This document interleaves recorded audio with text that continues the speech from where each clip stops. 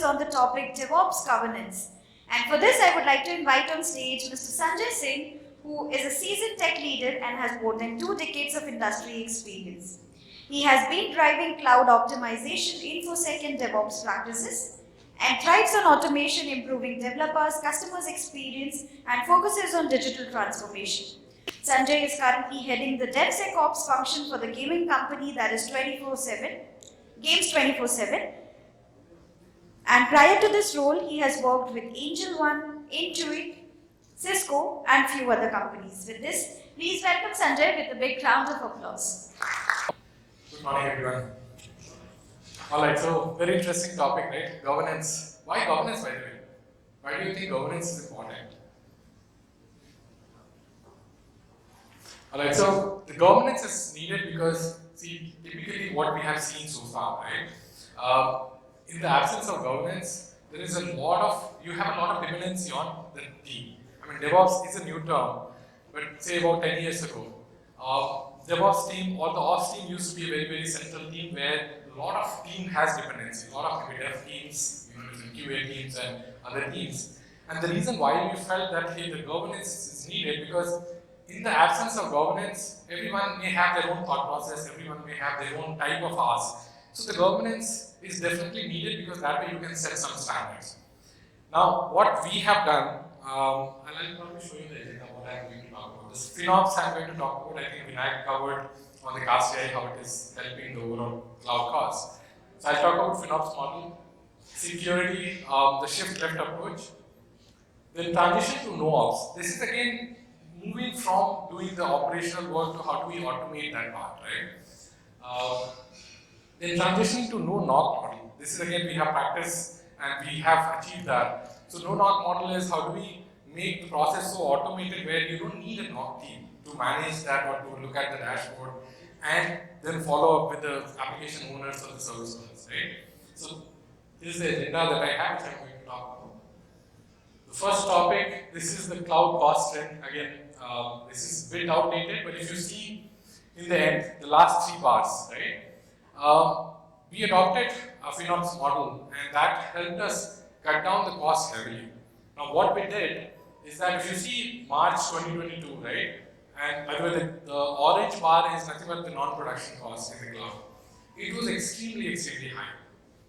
What we did was, we developed a self-serve tool where developers can come to the platform and can request for the infrastructure. But while requesting for the infrastructure, it tells you that this stack is going to cost you X dollars a day a month, or X dollars per day. And if it goes beyond a particular threshold, then there are different levels of approvals.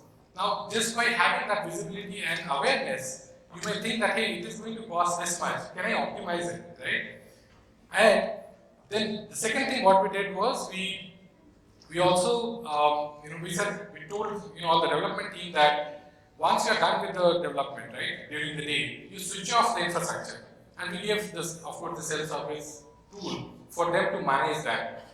Now, but just by doing some of those methods, we were able to optimize the cost. I mean, if you see March month to May month, almost by 70–80%, right? I'll also talk about what all we did. What are the needle movers? So, first thing we did, identified and terminated or eliminated a lot of wastages, right? We also developed the self-serve infra, which I talked about, where as a developer you can request for and also have visibility about what is the cloud cost per day, and then optimize based on what you feel is the right thing.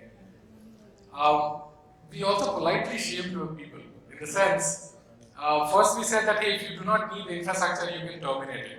But if you're not doing it, I'll send you an email, automated email, say around 9 PM that, hey, you have not shut down this infrastructure and it has costed X dollars a day, right? Or if you're not going to shut it down, then it is going to cost the company whatever amount overnight.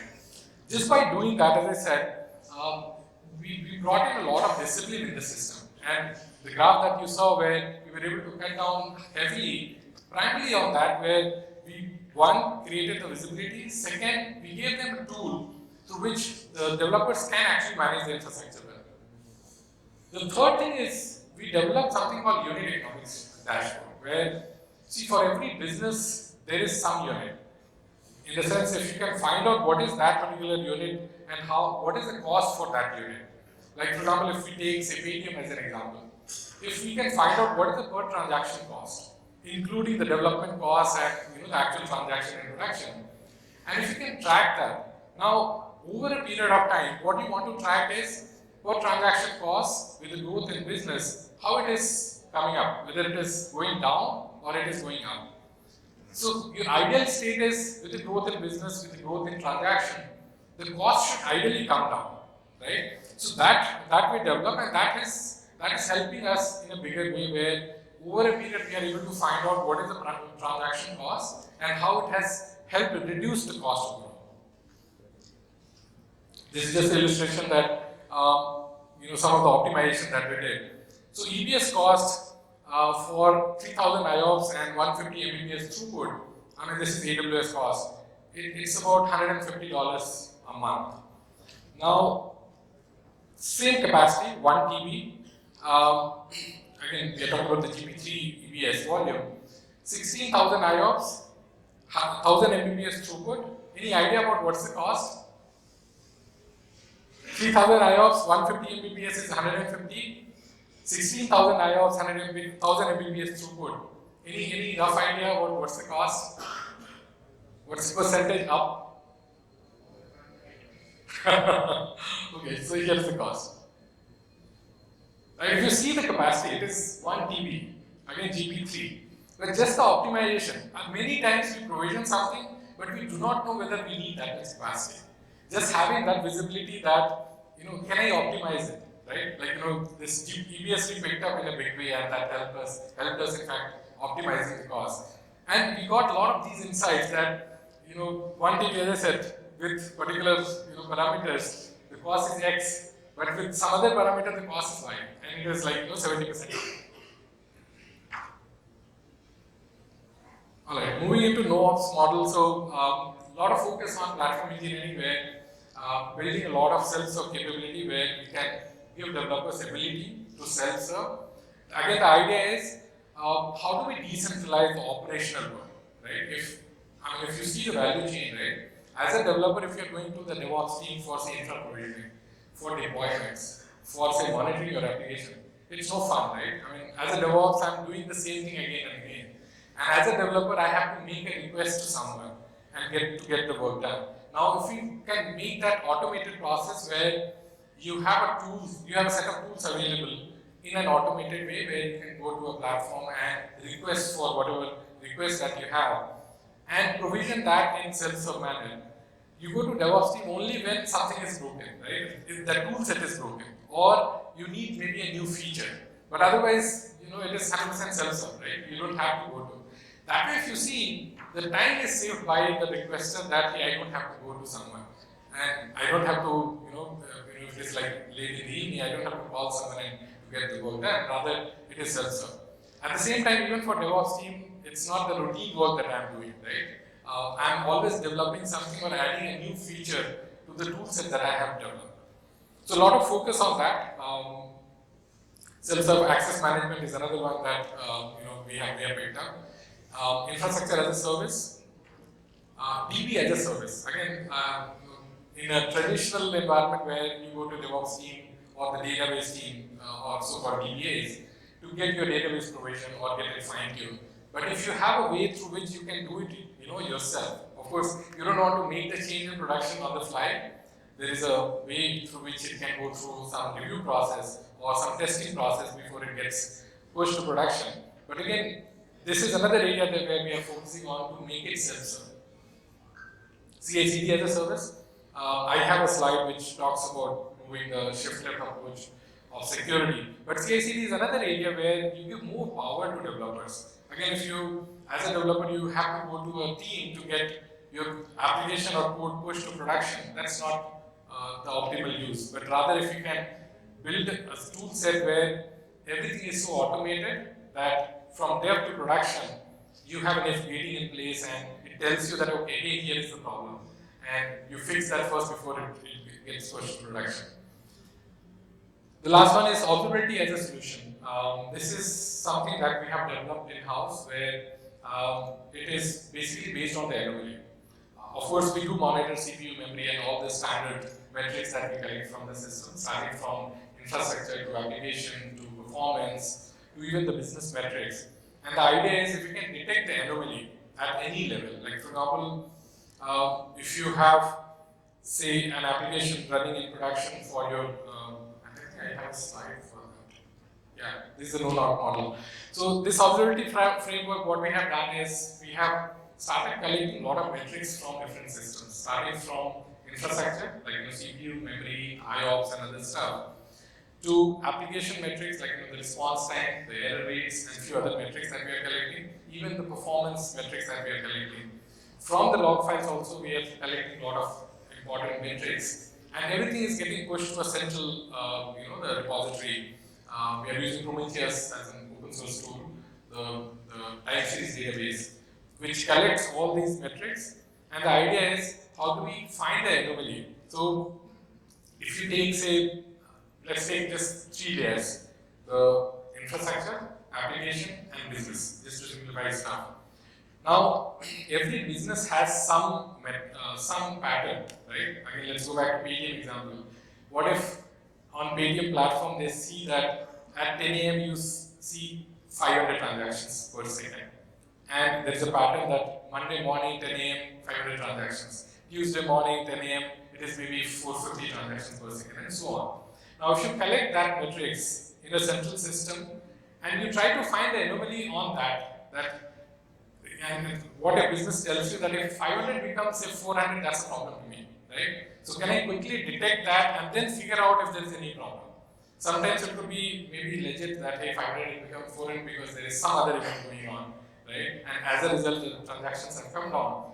But if there is a problem in the system, if you can correlate that I see a dip in the transaction, but at the same time I see the number of requests have gone up, right? The error rates have gone up. And at the same time, I see, if I go back to the infrastructure, it tells me that the CPU utilization has gone up. The memory utilization has also gone up in last, say, 1 minute or 3 minutes. Now you correlate to maybe some other events. What if someone pushed a change to the environment, like maybe 5 minutes ago? Most likely the culprit is the change which got pushed. That way you can correlate and you can even automate your system in such a way that you roll back the change. Right? And this is, I'm talking about the happy path, there could be so many other situations. But if you can find the anomaly at any layer, right, and then work backwards to figure out what is the root cause, and then develop a system where you can quickly auto-heal the system by maybe rolling back or taking some actions. Now, just by doing that, what we have done is we have completely eliminated the need of the norm.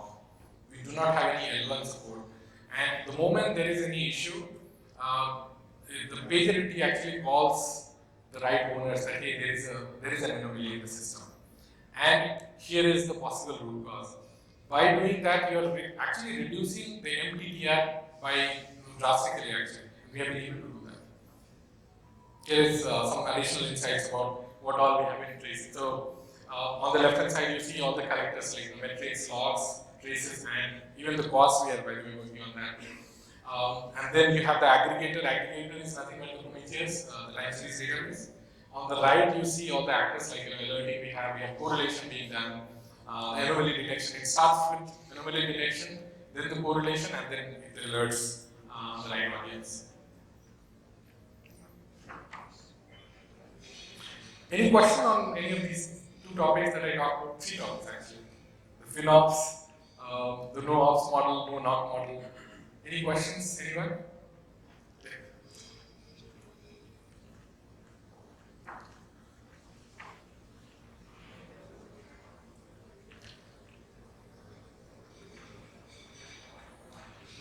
You talked about anomaly detection. So, what are the methods you are using for anomaly detections? And first of all, how you first know that there is anomaly in the system?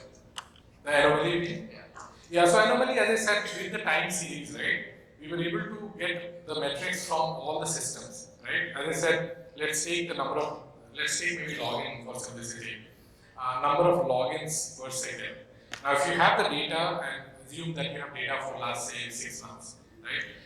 On that, you can create the model that at, say, 10 a.m. I have 500 transactions, 500 logins per second. right? And that becomes your baseline. Now, over a period, with a change in business or increase in business, 500 may become 600, which you don't want to manually set it in the system. Rather, you want your system to learn on its own, right? So basically, you keep refreshing your baseline, and based on that, you find it.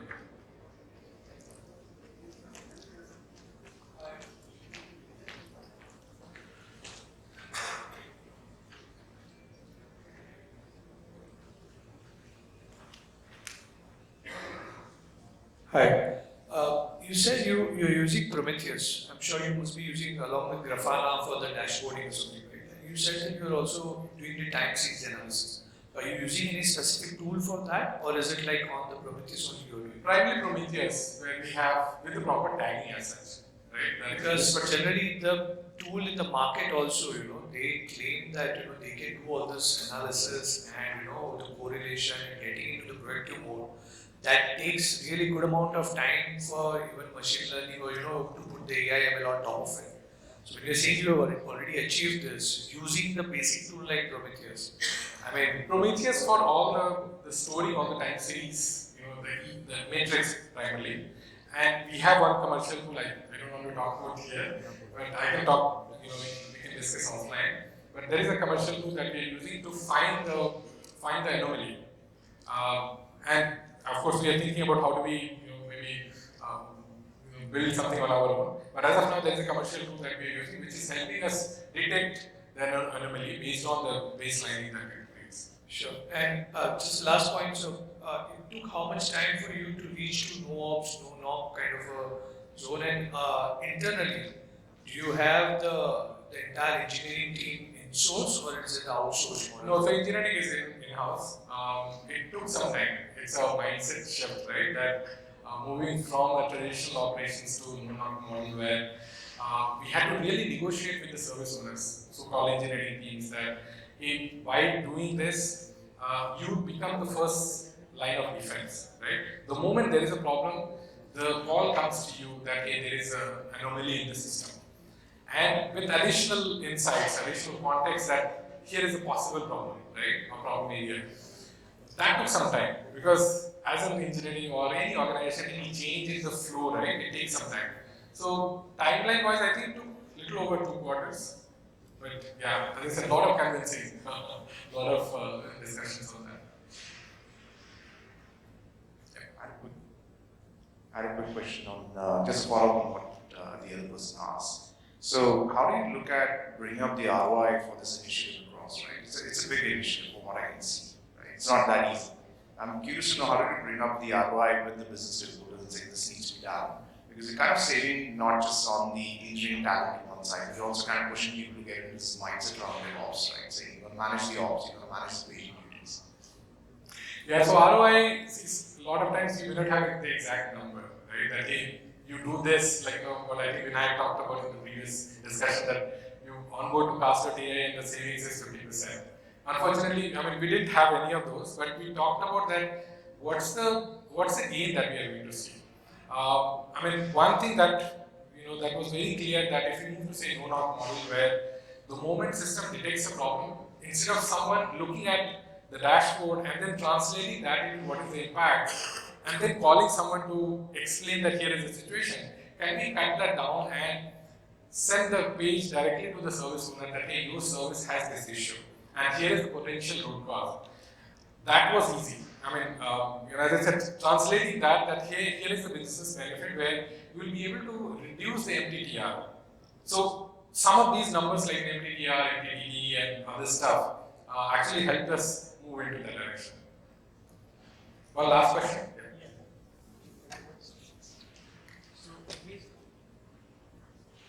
So based on my experience, time series data is not really working to reduce the number of alerts and setting up the context. So what exactly you are doing is, are you also utilizing the APM, log monitoring and many other things and correlating? Because Prometheus is just alerting if there is a threshold breach, right? But what actually will work is the context based, rather than time based, time series kind of data. If we have context based data, then only we will be able to reduce the noise, right? So that is where this APM tools comes in, and many other log aggregator which also feed in along with the Prometheus. So are you using all those things and you are choosing not to speak here in this forum? I just want to understand, because that is a big thing to achieve, because a lot of time when we are hitting the gateway, right, we get random errors, 502 series or 400 series, right? And when we sit and analyze along with the engineering team, many times it is because system or API call it is not able to identify, or the way we have coded the application. So it is a Yeah, so I think your first question was, how did it help reduce the noise in the system, right? So what we did was, as I said, with the collection of time series, the metrics, it helped us understand the pattern of change. Like for example, if let's take this utilization as an example. Now imagine if you are getting an alert that hey, your disk utilization is at 96% and you are outside. Now you definitely want to know how much time you might have to react to the situation. But if suppose it tells you that your growth rate is 1% in 1 week, you're like 96% I can live with it, right? So we did that part, and for example, if say 1% becomes 3% all of a sudden because of say something got deployed in say production, and as a result maybe the log, generation of log files have become higher, then you definitely want to detect that hey, you on an average your per day utilization is 1% disk. But in last 24 hours, it has gone to say 2%. That's an anomaly that we want to detect. So we started with that. Of course, cutting down on the false positive. I think that is what you were trying to ask. It was definitely a focus that instead of just sending the, just very spot the monitoring details that utilization is 97%, can we also send the context? And based on that, we can add additional parameters in the alerting that here is how much time you have. Here is the growth rate that you have. Yeah. All right. So the last topic on this security shift left. Again, this is part of the governance that we have a lot of focus on. How do we build the security in the pipeline? And of course, not the security, but multiple gating, other gatings as well. So here is the kind of architecture that we came up with. We start from the IDE plugins. As a developer, while you're writing the code, the tool tells you that hey, here is the potential risk with the code, from security point of view. And then we have some pre-commit hooks. So as a developer, you can ignore that. By the way, it's a warning; it's not an error. So you can ignore at ID level. Now, then the next is before you push the code to production, then there are some pre-commit hooks. There also it tells you the warning that hey, there are some security loopholes. Now you can choose to ignore that as well. Then it goes to your central repository, could be GitHub, could be Buildpiper or anything. There we are running some parallel system without letting the developers know, scanning the code, and not there yet. This is more of a target state I'm talking about. The plan is that if you can scan that and then identify a problem area and notify the developers by different means, maybe by page calls or email or sending the data to even dashboard. But also maybe block the user to push the code to production, right? That will be, because otherwise if you do not have it, most likely the code may get pushed to production, and we have seen many situations in the past where the secrets are pushed to production, the plain text password and all that pushed to production. The idea is how quickly can we detect that. Now here, as I said, by scanning we plan to block the user, right, so that the user is not able to push the code to production. Also, again, some internal discussion that we have, can we even change the DNS settings of the developer? And imagine someone pushed the code after ignoring the two warnings, push the code to repository. Now the DNS settings get changed to their laptop. And imagine if they go to Instagram and the message is, hey, first go and fix the code, right? Before you go to any social media and do anything else. Again, these are some of the internal things that we are talking about. So the idea is, can we detect that in early stage and fix it before it goes to production? And then there are, of course, different other methods that we are applying, even the code quality and other stuff that we are doing before the code or change gets pushed to production. I think this was the last slide. Thank you. Any other questions? Great, thank you so much. So please give him a big round of applause.